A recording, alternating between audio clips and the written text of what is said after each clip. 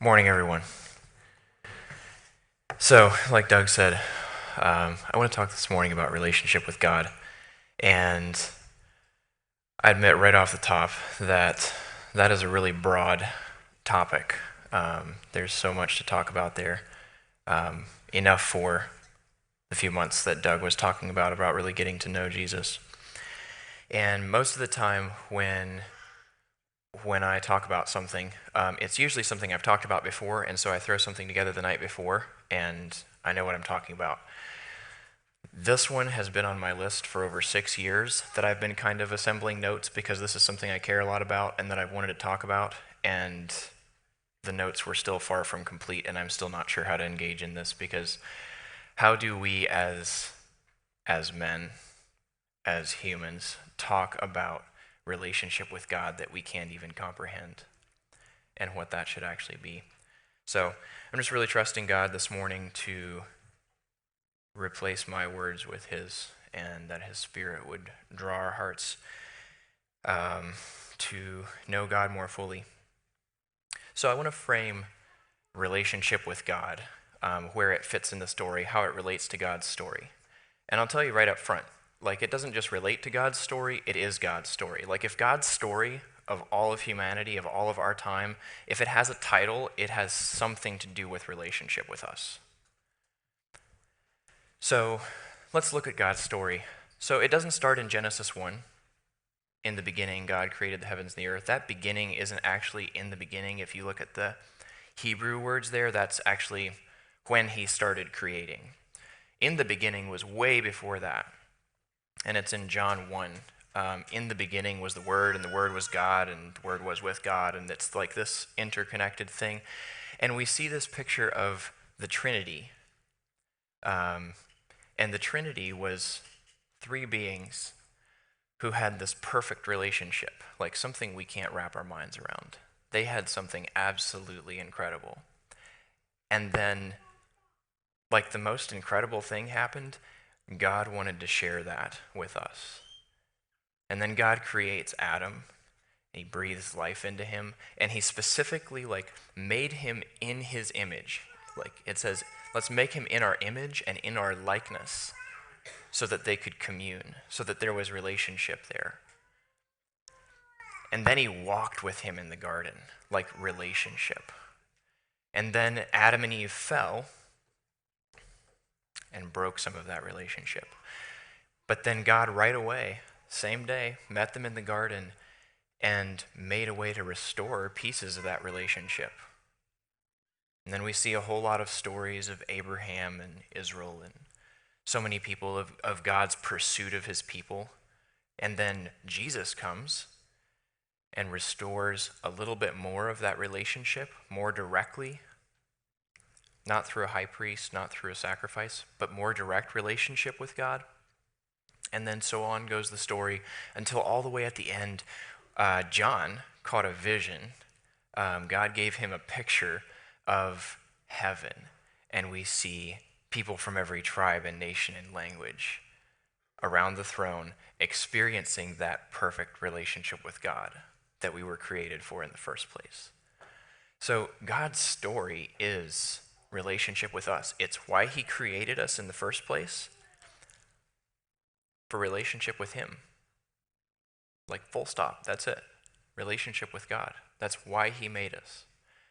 Not to do a bunch of work for him.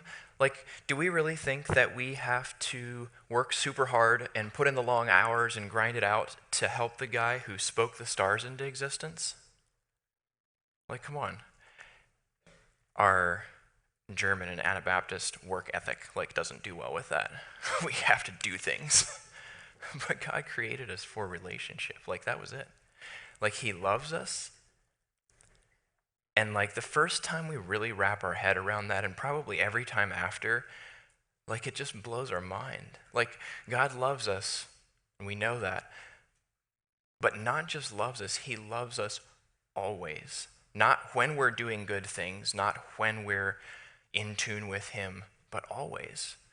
When we're at our lowest point, when we're hopelessly lost, and confused and off the track, God loves us.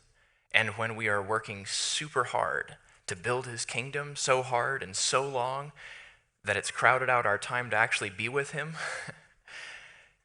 and we were worked so hard on his stuff that we don't have time to hang out with him anymore, then he misses us, but he still loves us.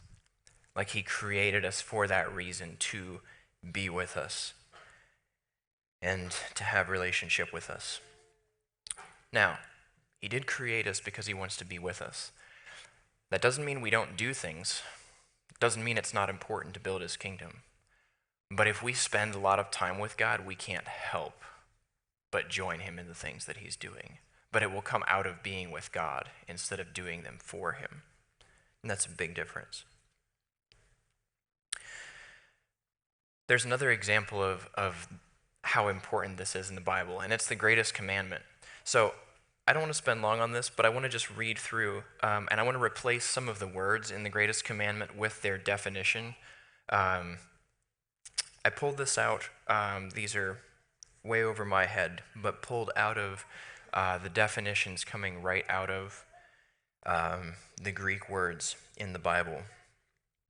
So he says the greatest commandment is to love, which is to take pleasure in, to long for, to prize above other things, and be unwilling to abandon or do without.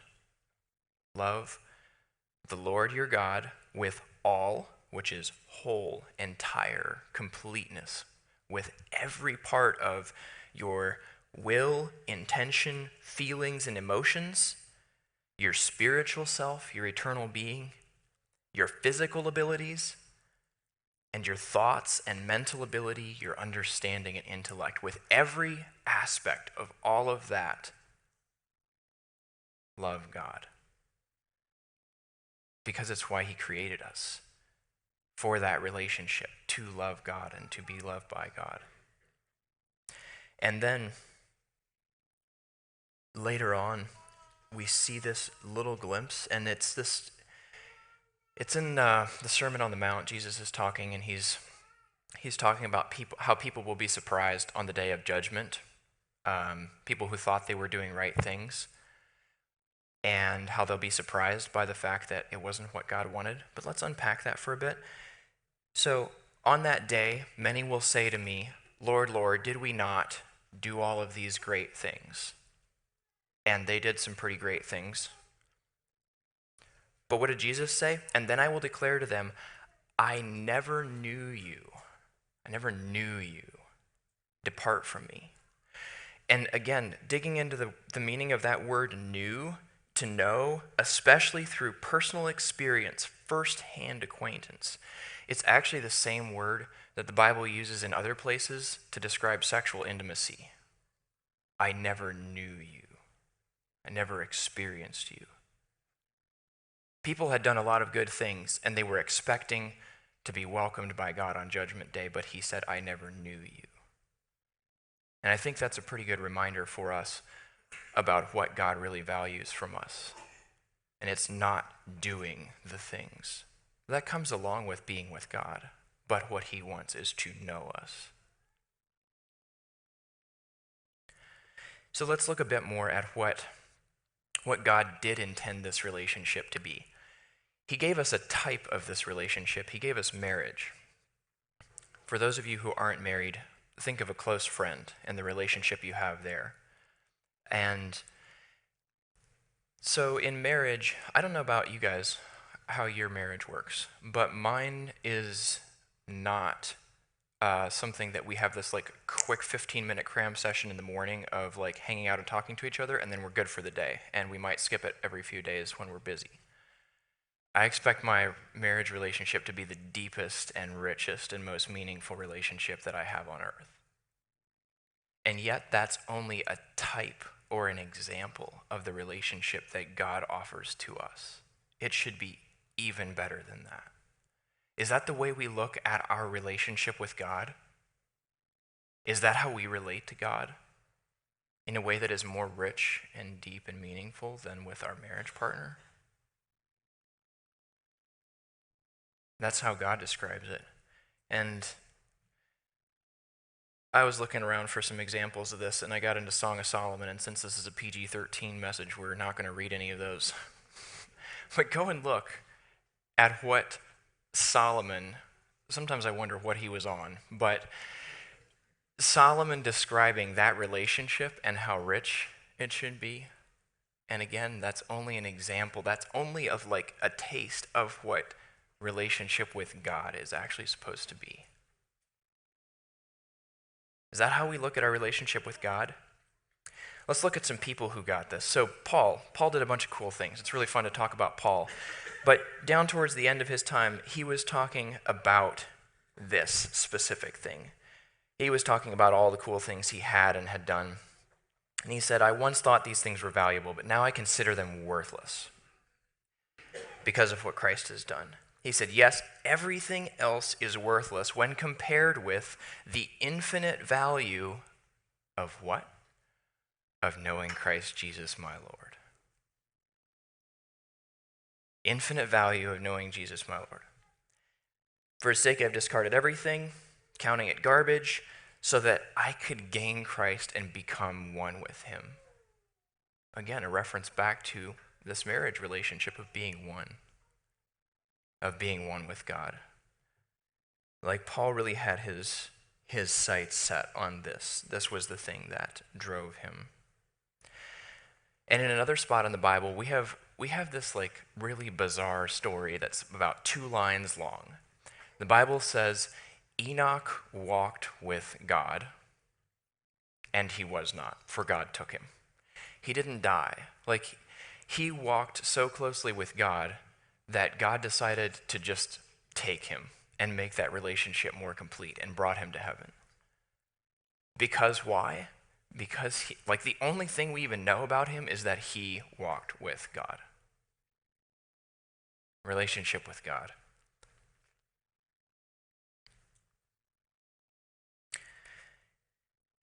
I want to tell you guys a little story. So, there was these 6 people on a little business jet, and they were on their way to a concert. With 1 pilot, they're flying along, and they hit some crazy problems with their plane, and they ended up crashing in northern Canada, which some of you know a lot better than I do what that's like in northern Canada. But it was not a very warm and friendly environment. And they had about a week there before rescue teams found them and rescued them. So they helped each other to survive, and it was a pretty traumatic experience. And they obviously bonded pretty deeply by going through that experience together. But then when they got rescued, obviously they weren't going to move into a commune and spend the rest of their lives together. They went back to their normal lives and went about their ways. And they'd stay in loose connection. They'd send each other Christmas cards, and every now and then they'd catch up a little bit on the phone. And sometimes when one of them was in town where some of the other ones lived, they'd ask to stay at their house or to borrow their car or something, ask them for a favor. Now, looking at that, what type of relationship do you say that those people have? That's not much of a relationship, right? Like, they're living out of a past experience. That was really cool, and it brought them close. But they don't have an ongoing current relationship. They're living out of a past experience. And how often do we view our relationship with God in the same way? We encounter God, and we're saved. And that's a big shift. But how often then do we look at our relationship with him like that? And we send a Christmas card, and we talk occasionally, and we ask him for favors for things that we need. But we're living out of a past experience. That's not relationship. We need that ongoing, current relationship. Salvation is a really key part of getting to know God, but it's only the start of really pursuing that relationship with him. It's not the solution, it's the start of it. I want to tell just a brief piece of my experience in getting to know God. Everyone's story is a bit different, mine ends up bringing out how some of these pieces are separate. So for me, when I first was saved, was soon after, I think it was just after I turned 20, and I had a lot of things that I was doing at that point. I had a lot of hobbies, a lot of really fun things, and also some not so great things that I was involved in. And when God met me and grabbed a hold of my heart, and I experienced salvation, that made a massive impact in my actions. My actions changed drastically. But I didn't yet have anybody in my life that was really exemplifying a deep relationship with God, and I didn't realize there was something more there. So my actions changed a lot, and I was saved, but I didn't yet have that deep current relationship with God. And then a couple years later, God opened my eyes to my calling and purpose, what he wanted me to do. And that changed almost all of my life. That was a quick turn over a couple of months, heading off to Asia and to the calling and the purpose that he'd given me. And that was amazing. That brought a lot of good things into my life. And I was really, really passionate about the purpose he'd given me. And I was working a lot on that purpose for a number of months. I averaged less than 4 hours of sleep a night because I was busy with this purpose. And for a while, even stopped observing nights, would just sleep for a little bit whenever I was tired and just kept going. I was on a mission. So this purpose changed a lot in my life. And then one day, I was walking down the street. I could take you back to the exact spot. I was walking down the street, and out of the blue, got hit by the realization that I was so busy and so focused on this purpose that I was really out of touch with God, and that I had totally missed the entire purpose for why he made me in the first place. I was so busy, chasing after good things and even inviting other people into relationship with God, that I had completely missed my own personal relationship with God. I didn't have time for it. I was too busy. And I just realized how out of touch I was with God and how little I knew him. And it completely broke my whole process for life. But out of that then came deep relationship with God. And it didn't take away or change the salvation experience or the calling or purpose. Both of those became a lot more meaningful. And I kept doing exactly what I was doing, but soon out of a deep relationship with God and out of being with him, and not just because it was my purpose. And it made all the difference in the world to be with God in the process. So for some people, that being with God starts right away with their salvation experience, but because that was separate from me, it kind of helps see what the difference is, and that it's not just one thing that happens, that salvation is really key, but then it's the start of us pursuing a relationship with God. So how do we get there? How do we pursue this relationship with God? How do we cultivate that? Well, to have a relationship with God, we have to know him. How do we get to know God? How do we get to know other people? If we have new friends that we meet, or let's say if we're dating, how do we get to know each other? Well, we spend a lot of time together, and we don't just talk at or ask things from. It's communication, right? It's a conversation, a lot of it. And it's shared experiences. We invite this person into our life, and we do things together. We create memories together. We do life together. And honestly, often we go through hard things together, and that draws us closer together.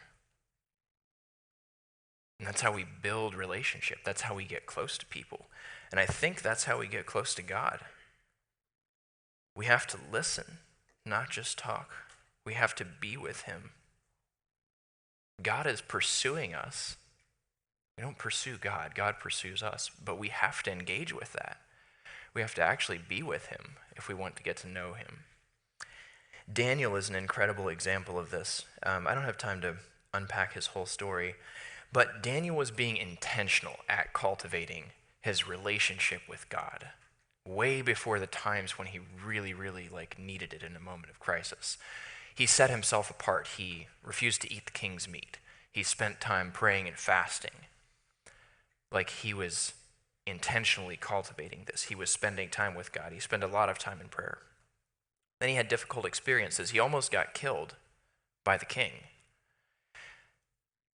But he trusted God. He was right there in prayer and fasting because he knew how to be with God.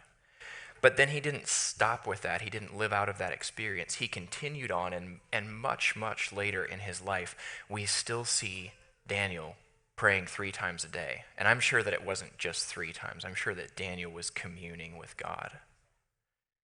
And then again, when he was in the lion's den, we see Daniel at peace. He's pretty chill for hanging out in the lion's den because he was with God. But he intentionally invested in that relationship for his whole life up to that point. That didn't happen just because it was a desperate situation and because God provided. God can meet us in really incredible ways, but Daniel was cultivating that relationship way ahead of time.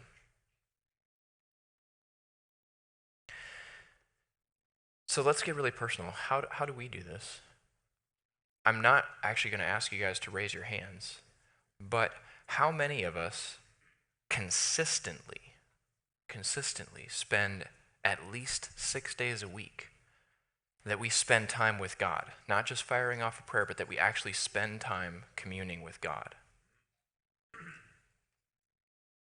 And then how many of us still do that when life gets crazy and it's really busy and we're working late and getting up early? How many of us still spend that time with God?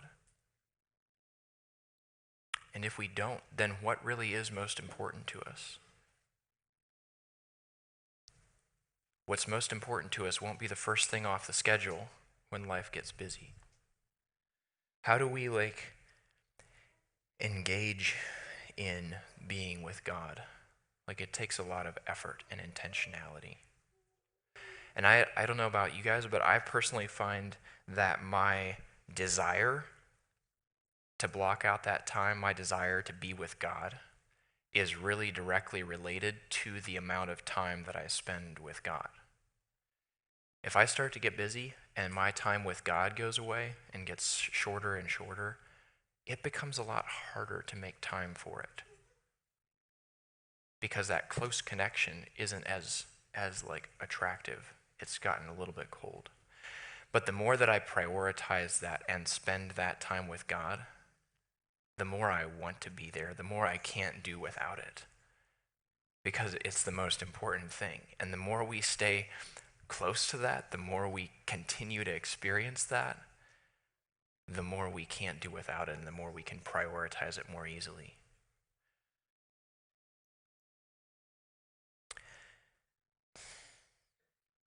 So, relationship with God is super important, and it is a lot more than just some prayer time in the morning with God.